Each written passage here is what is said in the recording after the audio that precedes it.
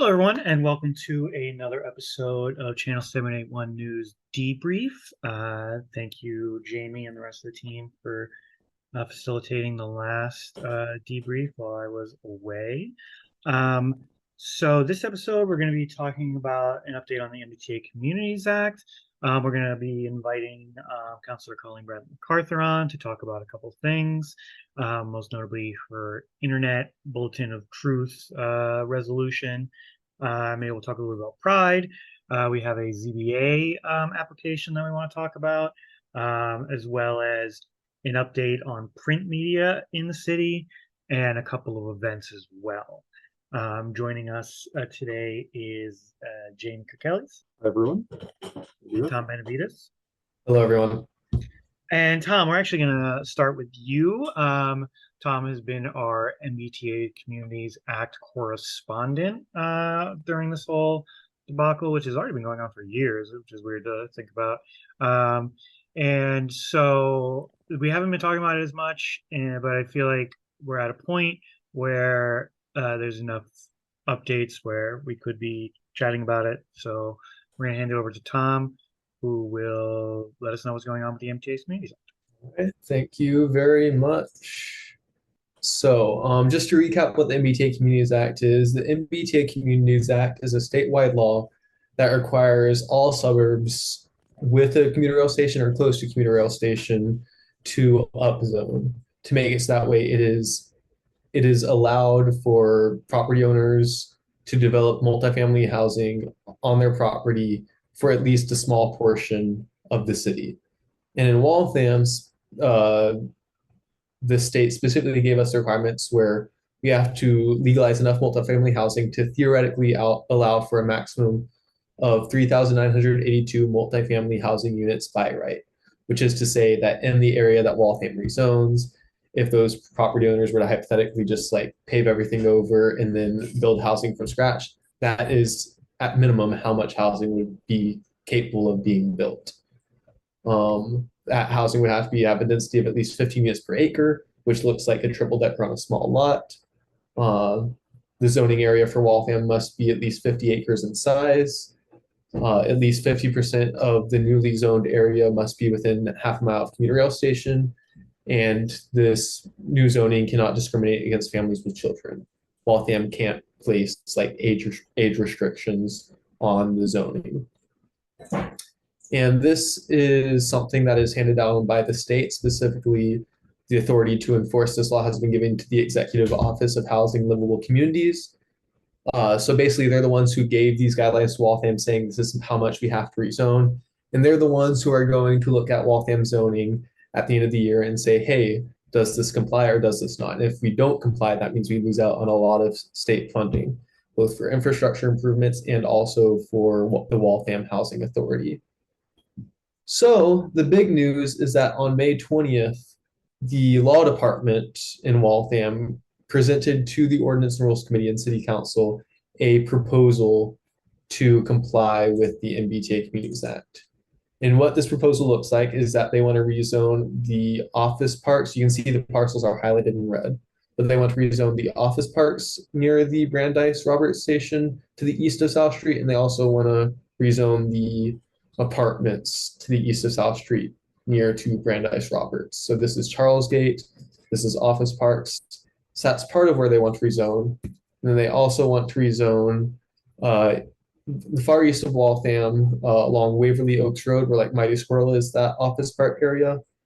And then also across the railroad tracks along Thayer Road, and then this little industrial area. This is all where they want to rezone. And what they want to rezone it with is maximum of 4 stories, minimum 6,000 square foot lots, 4-unit buildings with 2 parking spots minimum per unit. And then they did the math, and according to their model, this will produce just over 4,000 units of housing. So it's interesting. They're basically trying to go as small as possible. You're not allowed to build anything denser than a 4-plex. So what this looks like is that their zoning plan essentially incentivizes building 4-story 4-plexes on 6,000 square foot lots with 40% loss coverage And if you crunch the numbers on that, that's a buildable area of 2,400 square feet per housing unit, which costs about 900K per home. Waltham zoned for some very large homes. We're likely going to get some very expensive housing out of this rezoning. And also, initially, the big concern was that because you can't build higher than a fourplex, you can't build housing that's dense enough for inclusionary zoning to apply. Because inclusionary zoning will be a maximum of 20% of new units will be given affordability restrictions. But with a fourplex, the lowest you can go is 25%.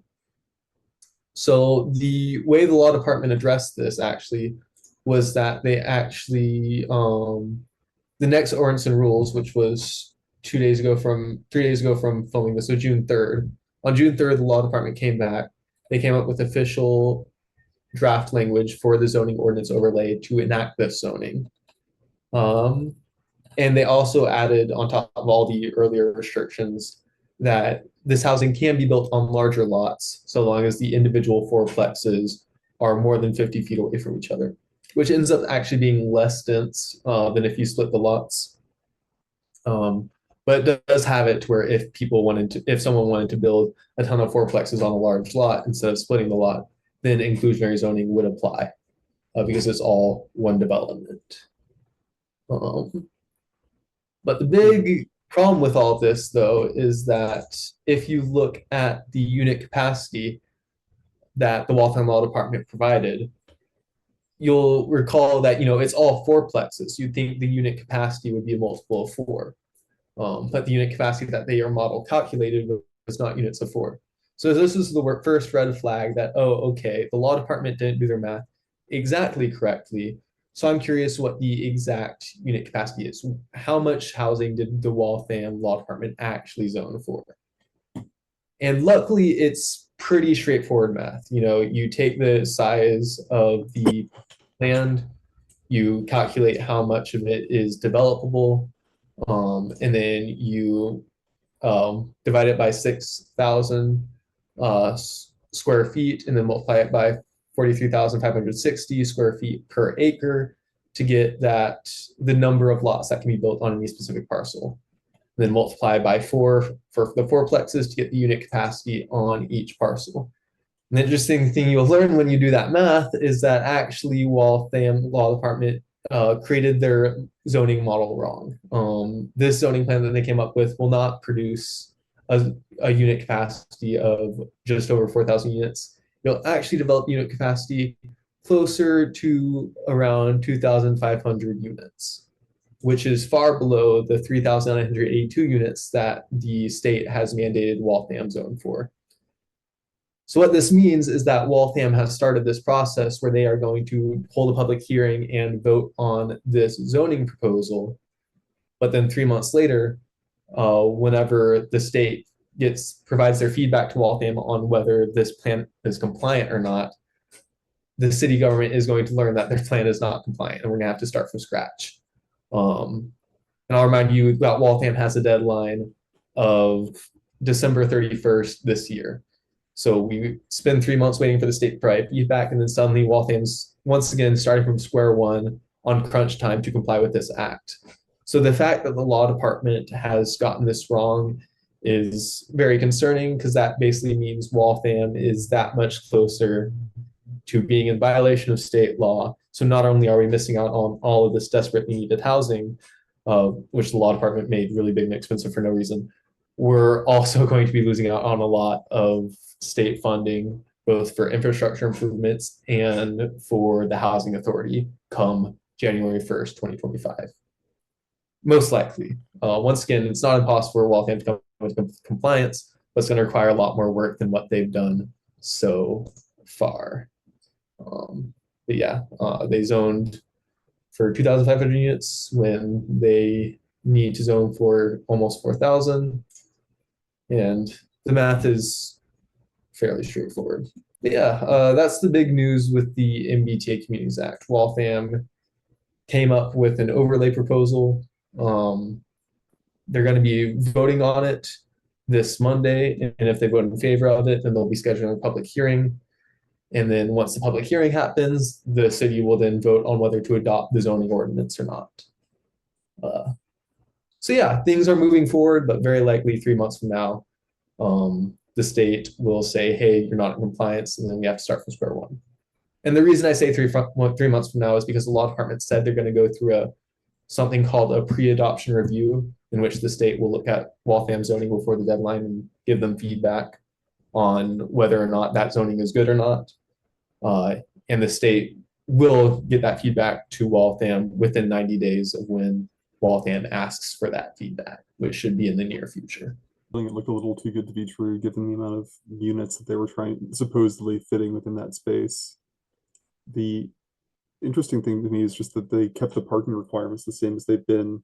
And with the tandem parking requirements, part of the thing that attending these meetings that you'll see the mayor, and I think in one of them, Robert Logan, complain about in specific was the sideways condos, which are specifically when, as you described, several of these fourplexes get built into a lot. In this case, it's duplexes. They get built because we don't have tandem parking, which is when you park a car behind another car as allowed by right in Waltham. That means that all those like sideways condos have to have a driveway to all of their things, which is why they're sideways. So it's really fascinating how they basically are setting up the conditions for these things to perpetuate, and it's their main hobby horse to complain about. And then never mind that, like, this is minimum lot size, 6,000 square feet for 4 units with 8 parking spaces. And if you crunch the numbers out for that, that means that there's more, unless you have then taking away housing space for car space, you have more surface area devoted to housing cars than housing people in that 6,000 square foot minimum lot size. It's wild. It's absolutely wild, but that's the decision that they went with. And it's not surprising that they were this far below what's required. And they specifically said that they were trying to only do this in these 2 station areas because they felt that the Carter Street one was at capacity. And yeah, it's with Carter Street being the downtown Waltham station. The downtown area, Waltham, yeah. But yeah, the parking minimums are a whole nother thing because beyond being, as you said, very space inefficient, like taking up more space in the housing and also taking space away from housing. Parking is also like really expensive to build. Unnecessary parking minimums are one of the things that drive up the cost of housing. And the average resident in Waltham owns 1.6, or the average household in Waltham has 1.6 cars. And when we look at larger multifamily developments, that goes down to closer to 1 vehicle per unit. So the actual parking need is between 1 and like 1.6 cars per household. And the fact that Waltham is requiring more than that also means we're just unnecessarily adding to the cost of housing. And those prices, for surface parking can be sort of negligible. They cost on average like $5,000 per to build, but parking isn't free to build. And especially when you get to bigger structures, as Waltham will likely have to end up doing, if you're making it to where parking is only feasible to be built if it's like an underground garage, that costs $75,000 per parking spot to build because it's really expensive to do. And that's a huge thing to add on to the cost of housing. That's a huge cost to force on to new residents and renters. Because housing costs money to build, and unnecessary parking minimums seriously make housing more expensive and also take space away from more housing. Our neighbors in Concord, they did an economic feasibility analysis of their MBTA Communities Act, and this is the cost of parking that they got from that.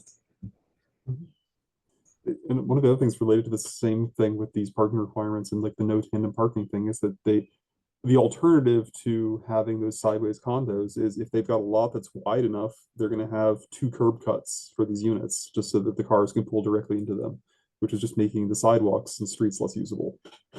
Yeah, 100%.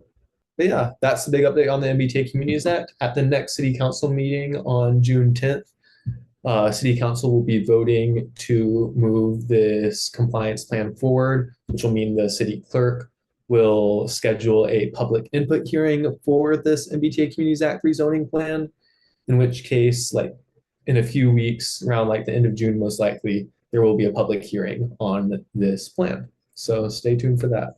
Thank you, Tom, for that very thorough presentation. I definitely have not been keeping up on that, so I'm glad to learn all that. I also live right next to Rennis Roberts, and so I'm very interested to see. I mean, they'll probably redraw it, but stay in that area. I'm assuming because, and that's also what we One of talked the about like a year ago, what they should be doing. So it's funny one of that. the things that was notable about the MBTA Communities Act is they don't have to be doing all of this stuff within the area around the T station. Some portion of it could be rezoning other parts of Waltham. They just don't want to do that and are trying to avoid it by any means necessary. So actually, you can tell from the map that we're not Waltham actually isn't that close to the Waverly Station. Not even. It's not very easy to walk to. Yeah, so you can see this half-mile radius right here. Most of the zoning is actually outside of that half-mile radius. Hmm. And if the law department is to be believed from last year, which I'm not 100% sold on, but it's possible that parcels will only count if as being transit oriented if they're entirely within that half-mile radius. And if it is indeed the case that that is the rule, then the Waltham's Law Department also, their compliance plan also violates the rule of at least 50% of this new zoning has to be within half-mile transit. Because all of this land right here, this is more than 50% of the new zoning. And if it's outside of that half-mile radius, that means that's just another way in which this compliance plan does not comply with state law. And it's going to be swatted down by the state. From the city council perspective, this is all in Paul Cates's backyard. So I'm curious to see if he shoulders the burden of the MBTA Communities Act alone, or if he, we haven't seen the public hearing. We don't know the neighbors of this, how they're going to react.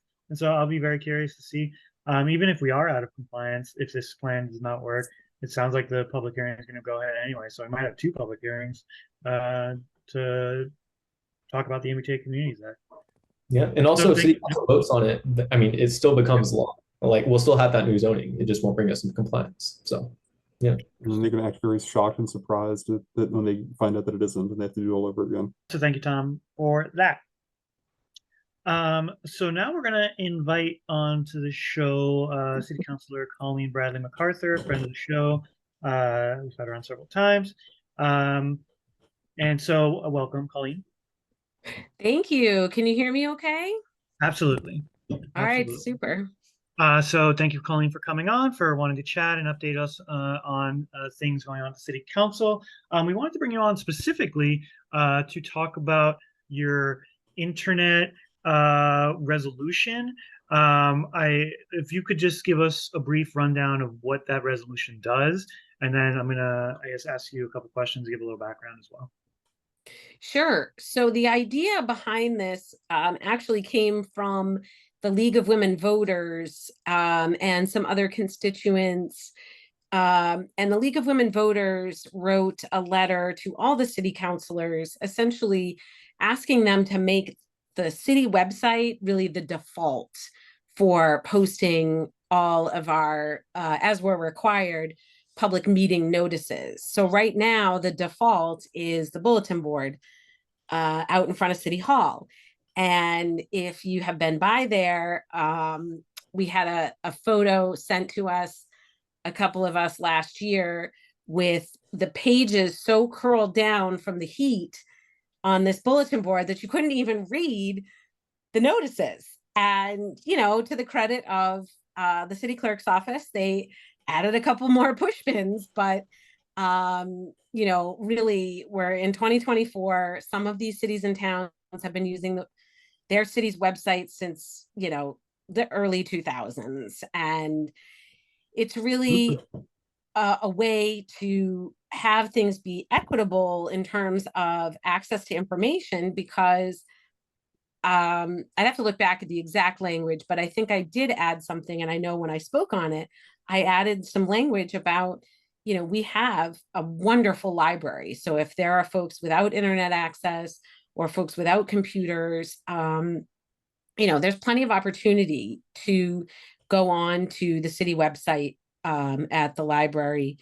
And, we really are trying to build digital equity in the city. And so I just, based on, I think common sense and, and equity, we really should be having all of our public meeting notices on the city website. So that's awesome. We wanted you to come on the show because we were all stoked for that. I mean, this is something we've been talking about for a long time. A couple of years ago, this show, me in particular, got into some trouble because we thought the city was violating their open meeting law by not putting a meeting in the docket. And then we learned that the docket is actually not like legally binding. The only legally binding thing is like this bulletin board of truth that's outside of City Hall. That is just like so archaic. It's so archaic to think that people would have to like come out of the woodwork to like see a notice. And people like Jamie have been like diligently just going and monitoring this bulletin board of truth. And so we are all very excited that we are joining the 21st century and making the city's webpage the bulletin board of truth. And so just a couple quick questions, and thank you again for championing this.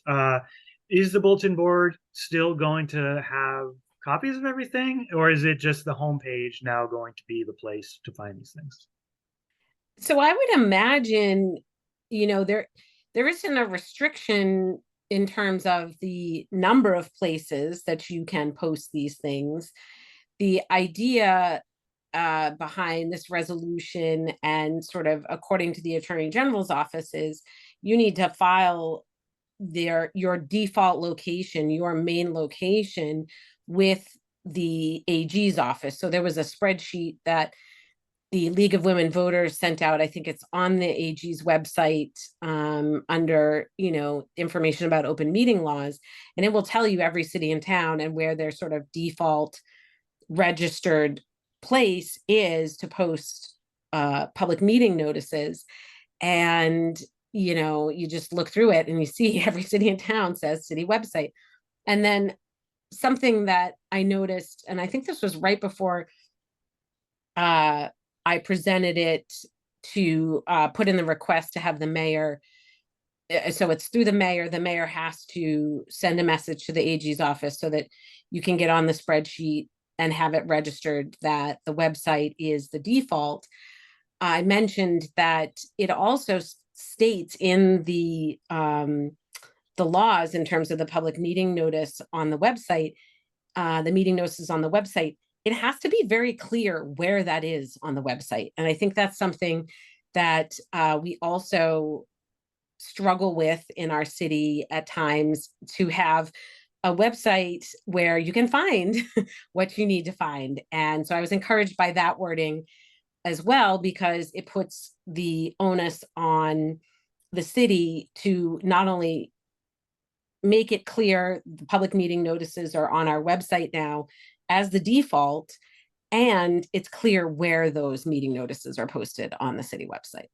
When Robert Waddick retired as city clerk, who is almost as old as time itself, and Joe Vizard took over, I was like, I'm stoked. I like Joe Vizard, and he's young enough that he's going to understand how to make the website actually functionable.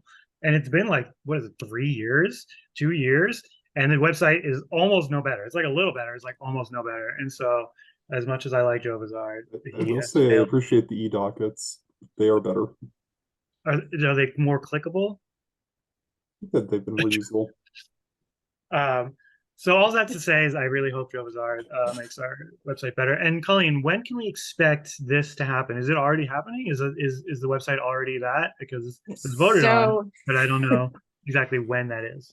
Yeah, so I had spoken to one of my fellow co-signers. I'd spoken with them, and we had a lot of people sign on. And the idea behind my request to have the mayor act upon it is because, other than the resolution saying this is what I would like to see, we would like to see happen, it comes down to the mayor actually doing that. And until that time, we are waiting, but we have some plans for such time a month or two when we don't see that, of some next steps that we can take to make it clear that this is what people want. This is, the way of the future in terms of just that extra bit of transparency and putting some trust and restoring some trust and faith in folks have in being able to find that information. Especially considering like how much we've been involved in this type of stuff covering this. It's been good to see some action on it, and like none of our neighbors have their stuff organized like this, so it seems kind of fitting that Waltham should catch us up with the times. It's good to see.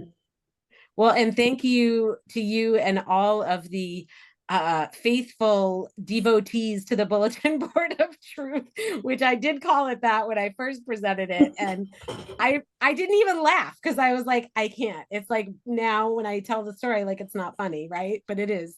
But thank you to all the folks who have been diligently checking it, because that's how we've found out ourselves as counselors that meetings have happened. I mean, I'm thinking last May, around this time, maybe it was earlier in May last year, when the ad hoc committee of the city council that is focused on master planning had a meeting, and the only place it was posted was out on the bulletin board. And the meeting happened, they voted on things, and that's just really not how our government is supposed to function. And I'm really fingers crossed that we see some movement on this in the next month or two, and if not, we'll take some next steps. Thank you for talking about that. And also, probably more quickly, I just wanted to also talk about the Pride resolution.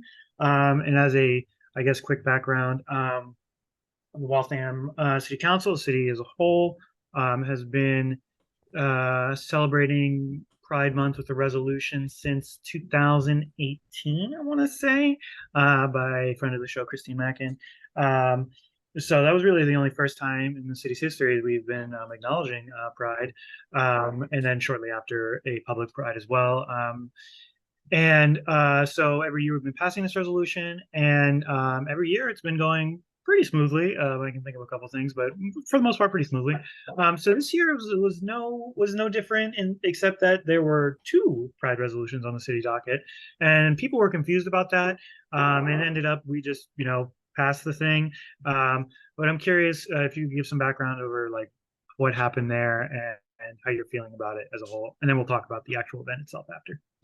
Oh yeah, perfect. Great. I'm glad you'll be talking about the event itself, because it has come a long way from, a neighborhood backyard to being celebrated on the common, which is where it should be celebrated. It should be a public facing event, and it should have the support of the city, which is why the past 2 years as a city councilor, I've worked with previous counselors to that are not on the council now to put together this Pride resolution, kind of carrying the torch over from Councilor Mackin.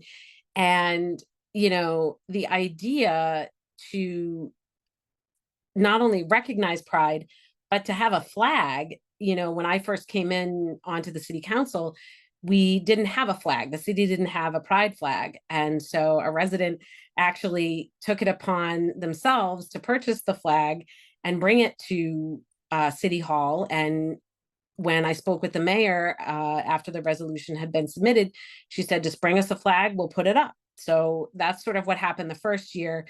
And, the text of the resolution, if I go back to it, really spoke in depth to why it's important, what the flag symbolizes, how we in the city are condemning hate, because even at that time, there were tensions with the folks that run the little queer library.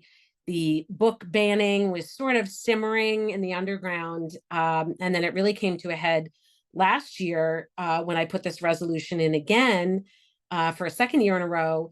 And this wording from the resolution last year really was what I wanted to carry over to this year, which is, we need to be clear, calling out in support of trans people in the community, because I feel like in speaking with members of the community in Waltham, the queer and trans community in Waltham, that language needs to stay in there. That language is important because it is a visible sign of support, and that community all across the country, those communities are experiencing horrific hate and discrimination and lack of medical care. I also, the tensions and the hate that the Little Queer Library folks were experiencing has somewhat thankfully died down. So I really took that out, but I wanted to keep in this idea that we are condemning hate because words matter and language matters and text matters, seeing it in text form. And that was, when I went to send in this resolution, and the third thing that was different from Paul's resolution, Councillor Cates's resolution, it didn't mention the flag.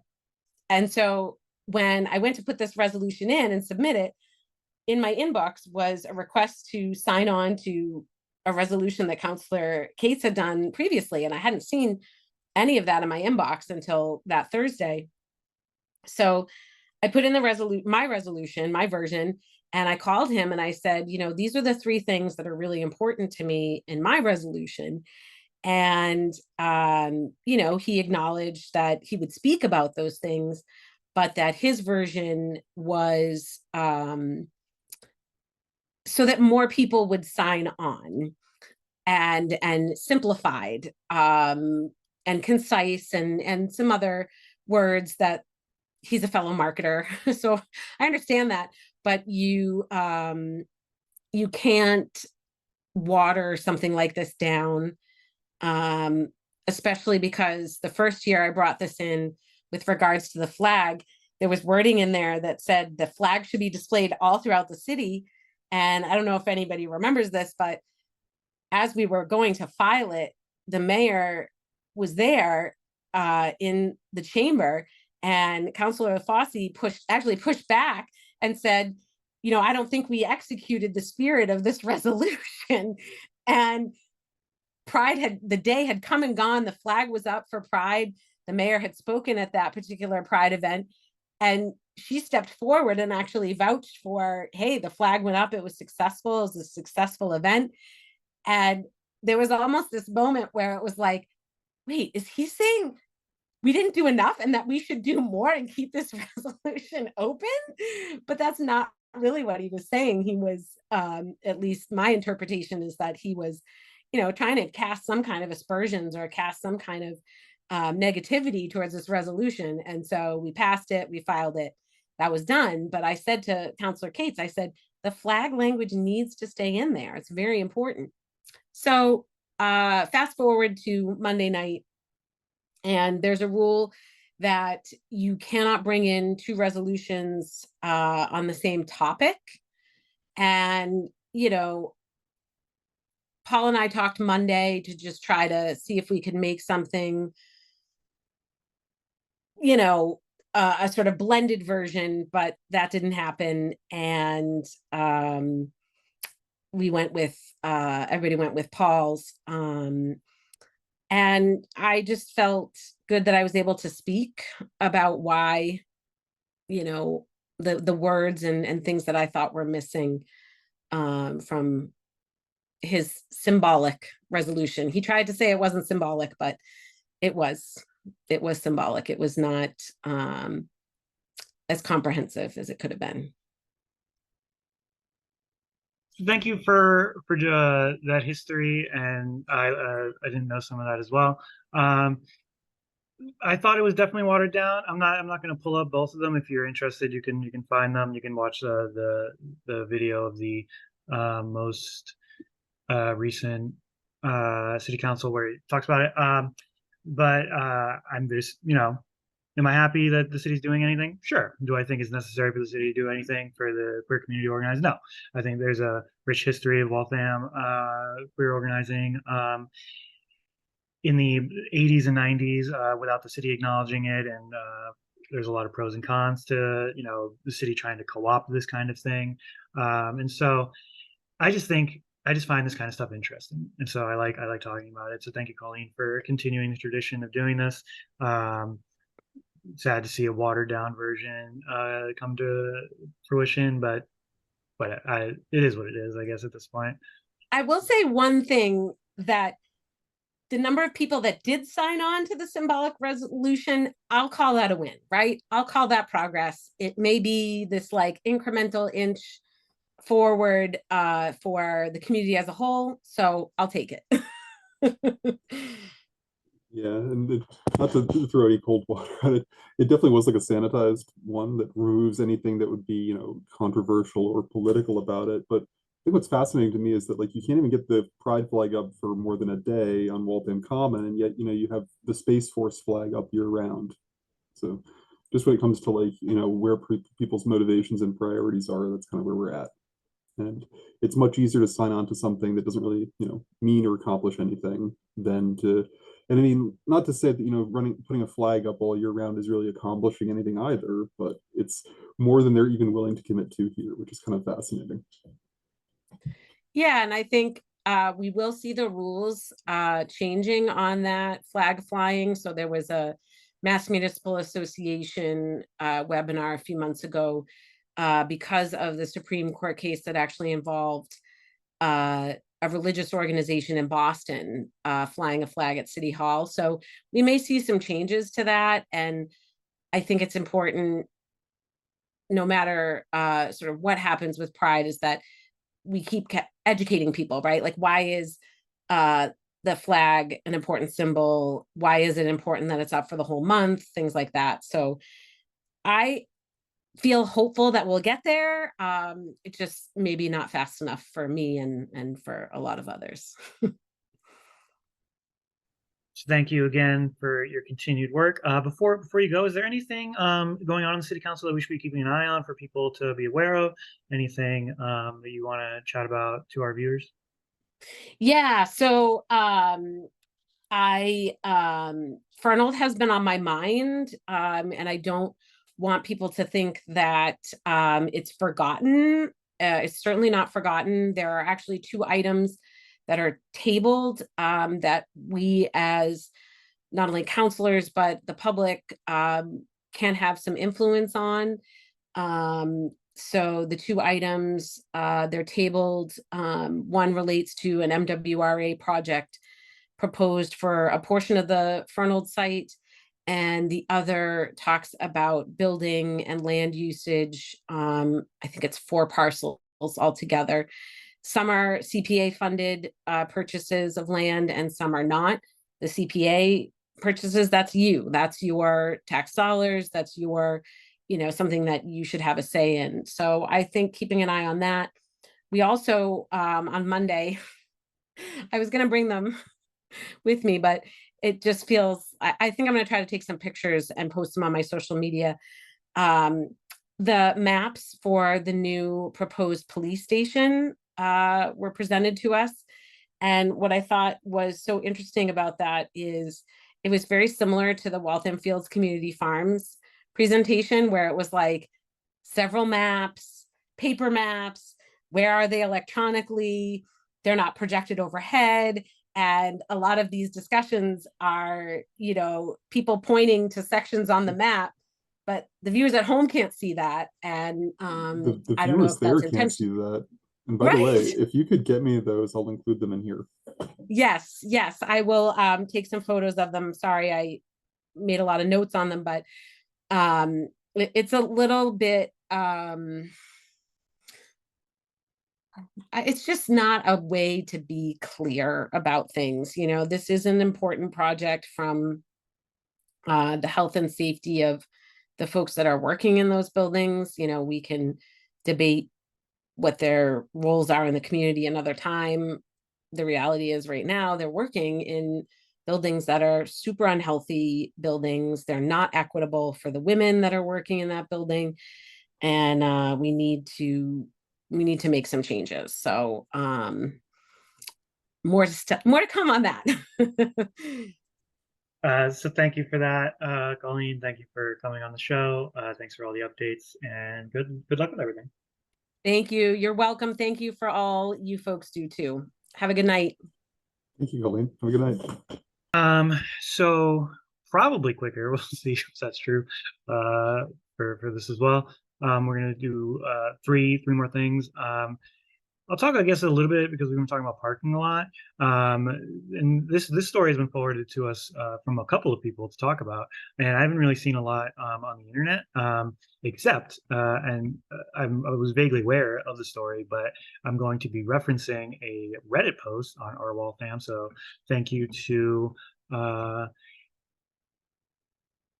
Dogstrophes on Reddit for writing this up. It's the church on Clematis Ave, which is called Revive Church. And so I guess I have to paint this whole picture. On Clematis Ave is a church that is trying to do worship on Clematis Ave, and they have to go in front of the ZBA to do it like officially, to get a real permit to do some kind of thing. I can't actually say why, because I think they're already doing it. But they have to go in front of the ZBA and explain why they didn't have enough parking spaces and how they were going to adjust for that, because according to the permits of the city of Waltham, they need 90 parking spaces, and they had 16, but another business was giving them parking spaces. And so they apparently had all their ducks in a row, but in the meeting, the city said, you don't have all your ducks in a row. And they said, well, a city employee helped me get all my ducks in a row. I don't understand why this is not what you want. And so all the neighbors came out. John McLaughlin, the city councilor, came out in support of the neighbors to all say that this church, which from what I can tell, run by a Black woman, is probably mostly catered to by the Black population of Waltham and surrounding area. And they all came out against it, saying the parking was terrible, the parking plan was terrible, and it would just interrupt their lives. It's the same things you hear all the time in Waltham. And so after a very heated thing, they did have the opportunity to continue it, but we heard recently that the church pulled out. And so they decided not to move ahead with their application to the ZBA. And it's just kind of like, more of the same, but still outrageous to me. And I'll talk shit about the United States forever, but a country founded on religious freedom is time and again, their values are different. We're shifting. Maybe the values of the United States, maybe it's a city of parking, maybe it's a country of parking, and not a country of religious freedom. And it's more of the same, but still, I thought it was an outrageous moment that they were essentially bullied out of doing their church services. Yeah, I mean, no, I think you saying country of parking is very apt. Because essentially the way parking minimums and these ZBA hearings works is basically, everyone wants to have a veto point. Everyone dislikes traffic. So it ends up being if people want to exist in next space, you immediately always have the abutting residents coming in saying, hey, I don't want people existing in this space. The reason stated is always cars. The implied reasons are always a much shiftier, especially because it's commonly interlocked with, folks that are disproportionate minorities tend to be on the receiving end a lot of this NIMBYism. And that's not to say this is a specific case of it, but that is just how the historic patterns have worked, both in Waltham and the US, just like all across the US. Just a fundamentally antisocial veto system for anyone to try to block anyone from coming into their neighborhood. Absolutely. So I just wanted to talk about that. I didn't see a lot of it on the internet. There's a little bit, but I just wanted to note that was outrageous what just happened. Quickly, we didn't talk about the actual event of Pride. June 16th from 11 to 4 on the Waltham Common. And like Colleen talked about, this started in 2021, I want to say. I should know because it was kind of my idea. Shout out to Lizzie Gallison and Nita Lord for donating their backyard. It was a very, it was a semi-public. We put it out there. You had to like sign up to get the address, but we did it, and it was great. And now it's becoming a thing on the Waltham Common, very public. And we are pulling up the website right now. There'll be tons of musicians. There'll be tons of vendors. Food Not Bomb is going to be there, giving out baked goods. And yeah, it should just be a great time. It's a great time every year. We're looking forward to it. Waltham Translines will also have a table at Pride, and I'll see you all there. Waltham Inclusive Neighborhoods will also be there. That's the pro-housing group in Waltham that I work with. So we will also be there. Prize is worth coming for the celebration and the performances alone, but we will also be there. And we also have next Sunday summer social at Margarita's Mexican Restaurant. If you want to become part of the pro-housing movement, please stop by and join us there. To be clear, that's the Waltham Inclusive Neighborhoods, not Waltham Pride. Yes, Waltham Inclusive Neighborhoods. Speaking of things we forgot to segue into. Okay. Quickly, I want to talk a little bit about print in Waltham. This show started because Waltham News Tribune, which is our newspaper, our defunct newspaper, went out of print. I'm holding up the last edition of it. It talks a little bit about how it's the last edition here, which you can't see because it's blurred. But this show started up because we wanted to give people some kind of information, any information. There was no municipal information to be found.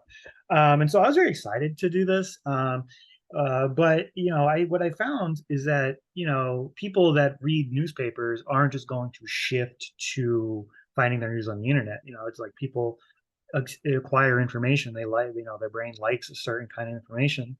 So while we were getting the people that use the internet, we were missing out on the people that were doing print, that liked reading newspapers, that liked absorbing information that way. And so I'm very excited at the prospect of two different things. One is a newer group called Waltham News Alliance, which is attempting to do a legit, like the Waltham News Tribune, a independent newspaper that looks like this. Hopefully, I don't know. I guess we don't know.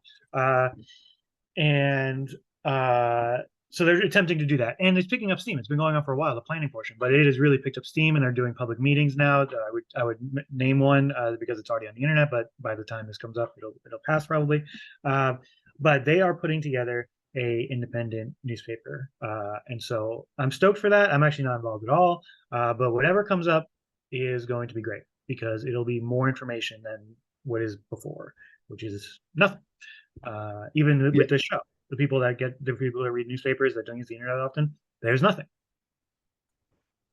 Yeah, and I'm not involved with this either, and I'm looking forward to reading it at least. Yeah, and the big thing is Waltham News Alliance currently is trying to expand the number of people involved. So if you are interested in getting involved in like a fully licensed and registered nonprofit professional news publication, that is the goal of Waltham News Alliance. Please reach out to June Kinoshita. She is one of the leaders of this effort. She is an incredible person. She has a lot of experience both in the nonprofit world, and she used to be a writer for a science publication. So her and so many other incredibly talented people are involved in this effort. Her name is on the screen right now, but if you want to get involved with this, please reach out to June Kinoshita on Facebook. So I'm stoked for that. Even more stoked, I actually personally, with a different team of people, have been putting together our own little print.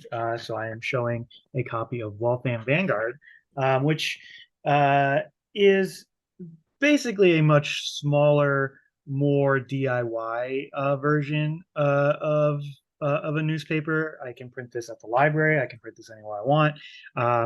And in the anarchist tradition, this is more of an anarchist press thing. And so I've got stories on the failures of progressivism in Waltham, I've got an interview with the New Teachers Association. I've got vegan recommendations. I've got wastewater data. I've got a bunch of stuff here. It's been a lot of fun writing this out with a few people. I've got art reviews in Waltham. We're doing graffiti right now. And so I just finished this. It's really like done.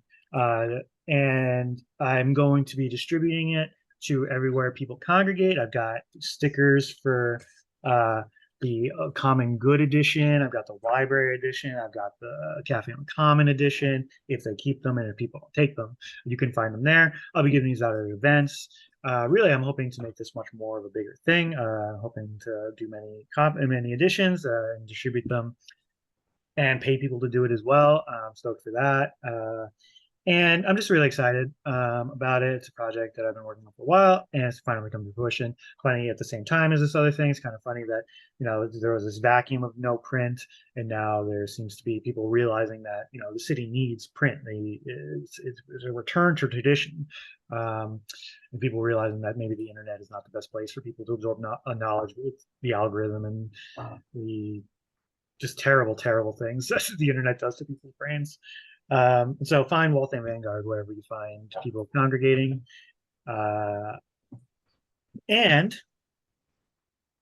finally, on the back of Waltham Vanguard is an invitation to come to the Housing Summit, which is a segue. The Waltham Community Leadership Group, we are putting a flyer, which is on this as well, for the event, Saturday, June 29th, 1 to 5 p.m. It's this is the second annual housing summit where folks experiencing homelessness and their allies and the recently housed are coming to talk about the issues facing the community and also the possible solutions. We have a lot of speakers coming on, a lot of groups to talk about housing, to talk about issues with housing and solutions. It's always a great event, and we're hopefully going to be capturing it and putting it on the internet, but if not, you should definitely come to it in person, Saturday 29th, 1 to 5 at First Parish. It should be a good event. Yeah, super excited for it. I hope to see a lot of folks there. And one thing I just want to specify from earlier, the Waltham News Alliance is going to be a primarily online publication. They don't have any plans for print in the near future because it is very hard to scale up. The primary goal is to have folks who are ideally paid and also like legitimately trained journalists. Like, you know, the Waltham channel, not particularly professional organization. 781 News, I love what we do, not a particularly professional organization. Patch, they have one reporter who covers like 20 different cities, of which Waltham is one, not a particularly Waltham-focused news organization. So that is the primary goal of Waltham News Alliance, to get a better trained and Waltham-specific news force who is focusing on hopefully the whole range of Waltham issues from a very professional and informative standpoint, as opposed to, like, you know, 781 News, we do good work, very regular upload schedule, and we don't touch all the issues. So nope. And we are explicitly a non-professional organization. And unpaid. Yep. Yeah. Yeah, so you remember not monetized at all. Remember me talking a lot of stuff about Waltham News Alliance being a printed newspaper? Forget all that. I lied. As a non-professional journalist, I did not do my research enough, I guess. That is have to apologize. I'm it just costs a lot of money. It is a stretch. Yeah. No, totally. That's why I'm printing Waltham Vanguard on a piece of paper and folding it. I understand that print requires a lot. Hopefully there is momentum towards that. Hopefully people will read all this stuff and give them all the clicks they need to get us back to it. I actually had a question on this too. Sorry if either of you two know, otherwise I'll edit this out. Are they going to be publishing stuff like legal notices and things that normally go into a newspaper in their web one? That is the goal, because that is a potential funding source. Makes sense. Apparently that would be the way to do it. Cities pay like $1,000 plus to the Boston Globe in order to post their notices. So every time they post something that has to be legally posted, they're like going to like the Herald or something. I think so. It's just like, this is money that's just like flying out of the city. So I think it's a good thing, and I'm glad that there's 2 newspapers that are coming to circulation. I'm not involved with either of them, but I'm hoping to read them. Yeah. Okay, I think that will do it. Unless I'm forgetting anything, unless anybody wants to talk about anything else, this will do it for Channel 781 News Debrief. Thank you all for watching. Thank you, Jamie and Tom, for coming on. And we'll see you all next week / month / we'll find out. Yep. See ya. Thanks, everyone. Bye-bye.